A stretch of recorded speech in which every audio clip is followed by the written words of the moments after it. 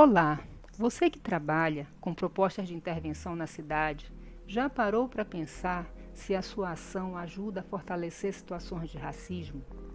Vamos aqui pensar como é que a gente imagina a utilização do espaço público, por exemplo. Você pensa neles como um espaço comum, onde há o compartilhamento de identidades e culturas, ou tem aprendido a especializar cada vez mais esses espaços?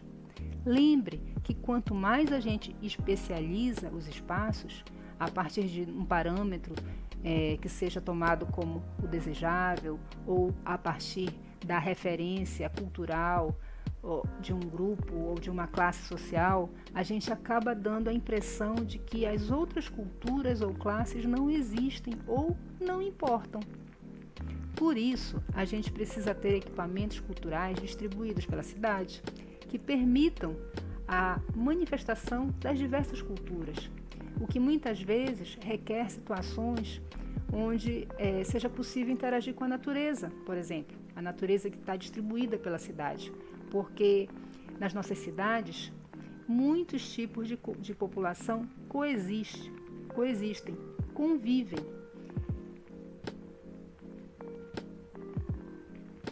Aqui na Amazônia, as cidades contam com grupos com cosmovisões muito diferentes e precisam de elementos distintos para realizar sua forma de viver. Como exemplo, eu cito a necessidade de contato com a natureza, ou de se reunir e praticar um tipo de sociabilidade que é fundamental para manter ou preservar uma identidade. Então a gente encontra isso dentre indígenas, vai encontrar isso dentre os afrodescendentes e outros subgrupos. Então, todas as vezes que a gente elimina o espaço público ou degrada um espaço natural, a gente contribui para que se estabeleça algum tipo de racismo e para que seja reduzida também a urbanidade na cidade. E vamos lá pensar mais uma coisa. Como é que a gente trata o esgoto que sai das nossas casas, dos nossos condomínios, sejam eles verticais ou horizontais, dos conjuntos habitacionais? Como é que a gente trata isso?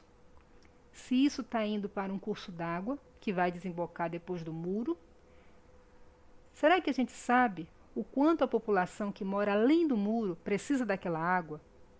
Então, a gente já observa várias situações em Belém, por exemplo, em que houve um processo de apagamento da natureza, de degradação de coisas que são fundamentais para a nossa vida como ser vivo. Cada vez mais gente vem para as cidades por causa da destinação de áreas que antes eram de floresta para pasto e monocultura. O intrincado equilíbrio de sistemas da natureza que geram o ar, a água, de que a gente precisa para permanecer vivo, vem sendo destruído. Sem solo limpo, ar e água não contaminados, a vida não é possível. No entanto, para alguns, isso é mais urgente do que para outros. Quem trabalha em escritório demora a perceber tudo isso. Por isso, na hora que a gente degrada, a gente provoca racismo ambiental, porque a gente está impedindo que determinadas formas de vida possam continuar existindo. E, no longo prazo, todos sentiremos as consequências. Todas as vezes que rios, matas e biodiversidade são eliminados ou empurrados para cada vez mais distante, para a produção de loteamentos ou por causa de ocupações populares, situações estratégicas são eliminadas, áreas permeáveis que podem absorver a água da chuva e melhorar a convivência com o sítio, que é muito plano, são eliminadas. Na bacia amazônica, entremear urbanização e natureza é essencial para que não se construa o risco. Sim, o risco é socialmente construído. E a adequação das condições de uso e ocupação do solo também é central para evitar tragédias que afetam pessoas negras, mestiças e indígenas que vivem na cidade e que são duplamente penalizadas. Vivem em casas e bairros precários e sem poder usar o conhecimento que têm sobre como manejar e honrar a natureza. Isso também é racismo. Outro conflito acontece quando um profissional chega numa comunidade pequena, e acha que ali as pessoas têm que viver de uma outra maneira, porque a partir do conhecimento técnico recebido na universidade, é muito estranho aceitar que as pessoas vivam como sobre estivas ou consumam água do rio. Como isso não está nos manuais, o profissional não entende que aquilo é coerente com a cultura de séculos e os recursos do lugar. Que a água pode ser tratada em microsistemas, que tudo depende da tecnologia adotada para que não haja contaminação.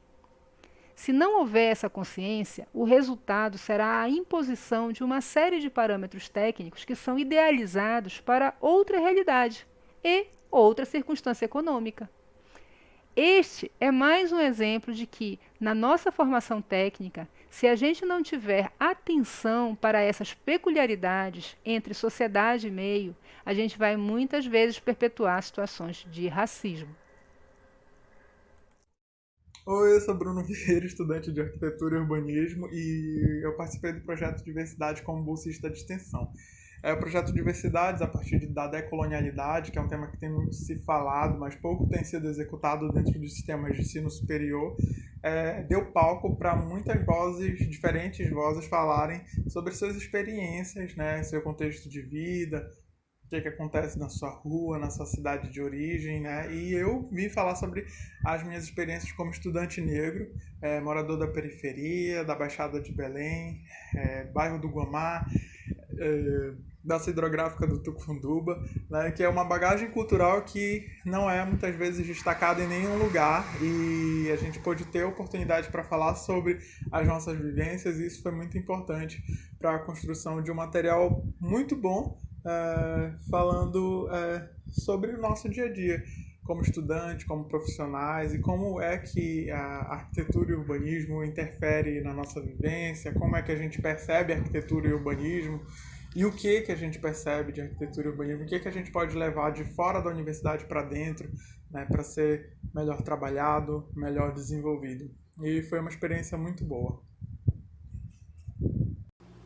Oi, eu me chamo Beatriz Andrade, eu tenho 21 anos e sou estudante de arquitetura e urbanismo em Belém. Eu cresci em Tucuruí e vim para a cidade há 4 anos atrás para iniciar minha graduação. E para mim, participar do projeto Diversidades foi muito proveitoso, porque ampliou a minha visão acadêmica pelas discussões sobre outras ancestralidades, como a indígena e a africana, presentes na região metropolitana, que dentro da minha realidade na graduação não são abordadas. Eu gosto também muito das discussões sobre particularidades do cenário amazônico que fizeram parte da pesquisa sobre urbanização e natureza que o projeto propõe.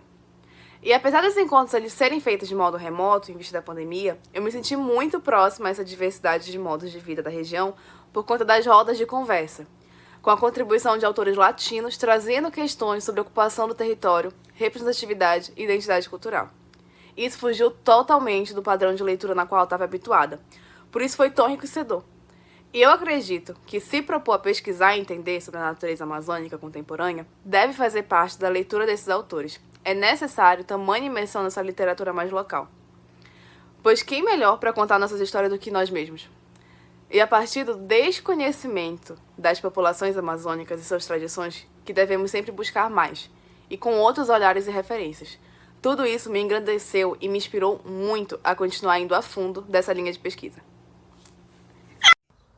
Oi, eu me chamo João Pedro Gomes, tenho 20 anos, atualmente curso o 7º semestre de Arquitetura e Urbanismo e resido em Ananindeua, que faz parte da região metropolitana de Belém, né, onde eu sempre estudei na esfera pública de ensino, tanto fundamental quanto ensino médio, e não me recordo de termos em sala de aula uma abordagem crítica em relação àquilo do que nos era ensinado, né?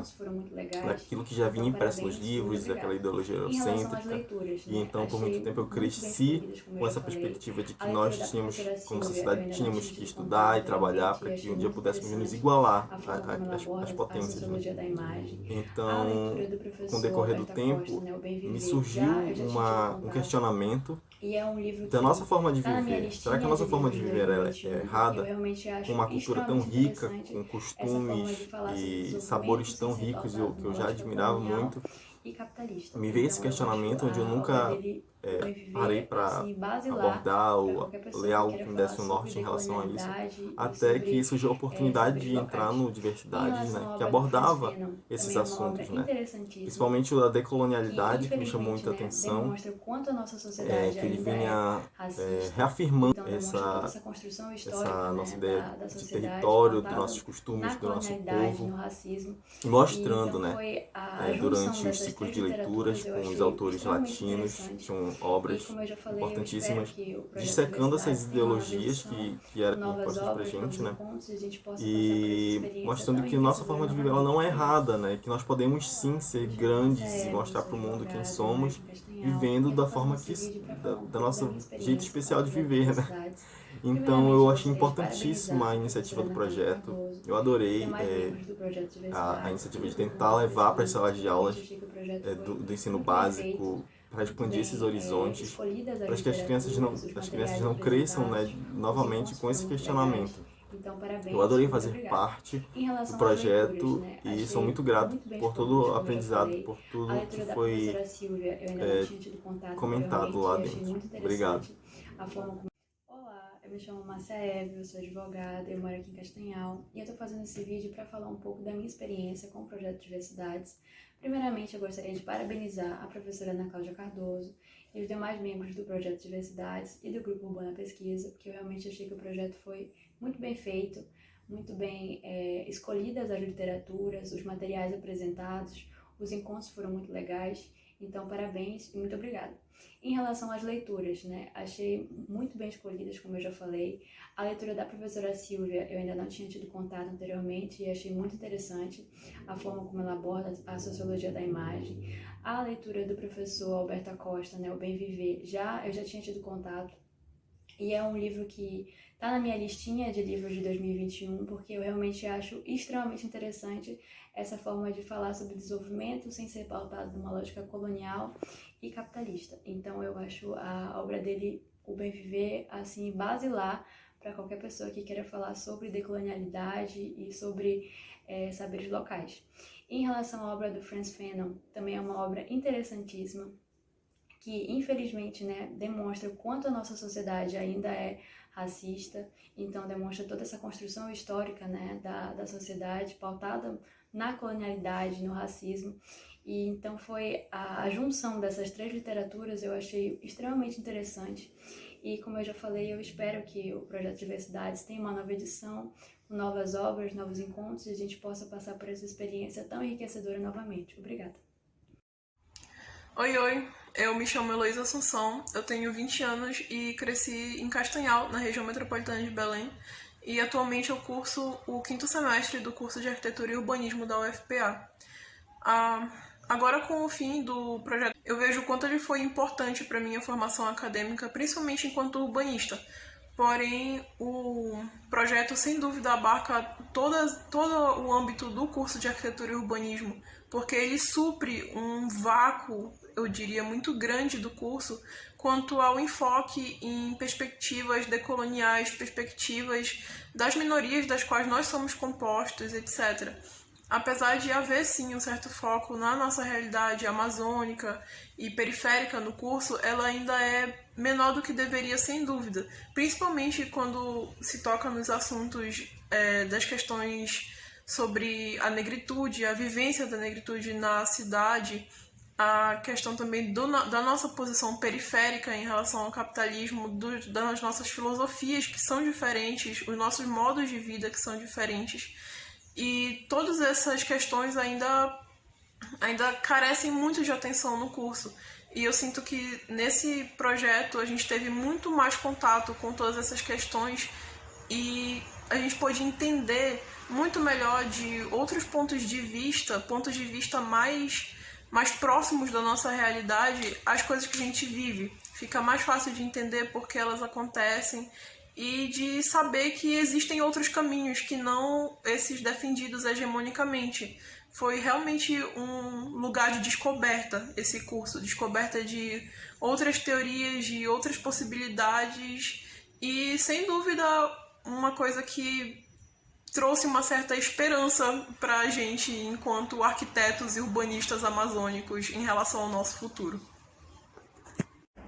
Oi, eu me chamo Daniela, eu sou estudante de Arquitetura e Urbanismo e eu vi nesse projeto de diversidades como uma oportunidade de complementar minha formação, sair desse olhar muito branco, né, privilegiado, que às vezes o curso passa muito pra gente, e tentar enxergar outros sujeitos da cidade também. Por isso que isso não seja uma coisa que só vai complementar a minha formação como urbanista, mas como arquiteta também, porque a gente precisa aprender a criar espaços que expressam a subjetividade de pessoas diferentes, né? E ainda mais na nossa região. Então eu acredito que os ciclos de leitura eles conseguiram trazer isso.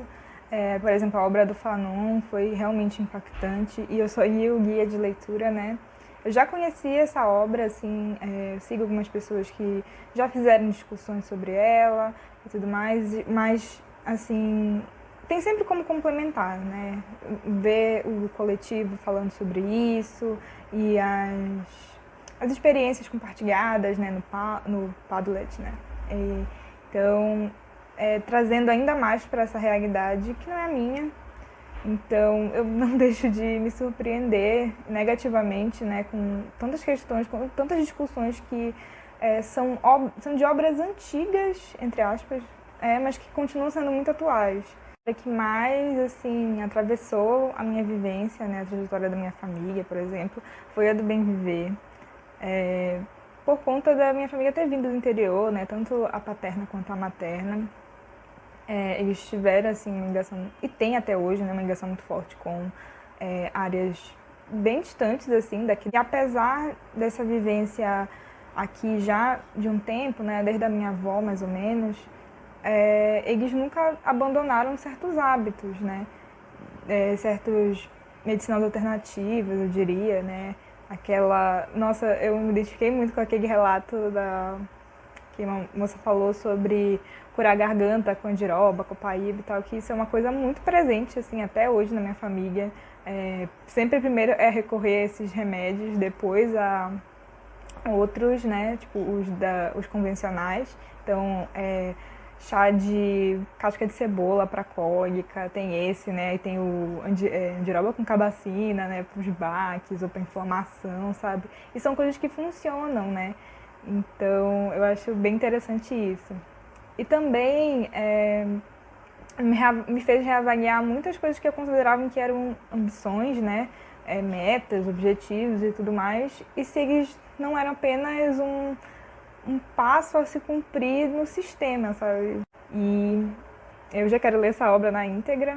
Foi muito incrível, assim, porque casou muito bem com esse período de reavaliar as coisas, ainda mais no isolamento.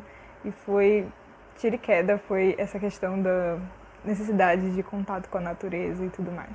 E o Sociologia da Imagem, quando começou a discussão sobre os lugares, né, sobre os lugares de abastecimento, de lazer, de festa e tudo mais, até me surpreendeu, assim, pensando que há alguns anos atrás, eu acredito que, em decorrência da faculdade, isso tenha mudado, na minha vivência, mas que os principais lugares que eu ia para lazer, né, era o shopping, sabe, passear e tudo mais, e é muito curioso isso, porque quando criança eu passava horas e horas na praça, eu quase não tinha acesso ao shopping, né?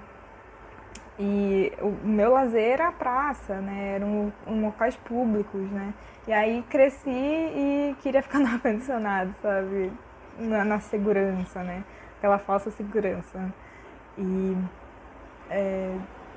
enfim, também me fez reavaliar toda essa discussão que já vem sendo traçada, né, em outros locais que eu tô, assim, em outros grupos que discutem sobre isso, mas que com certeza, vendo sobre outra ótica, sobre o compartilhamento de outras ideias das pessoas, agregou bastante. Bem, então o projeto ele realmente conseguiu esse objetivo de trazer esses diálogos e tudo mais, não só para a carreira, mas também na minha vida como cidadã, como pessoa.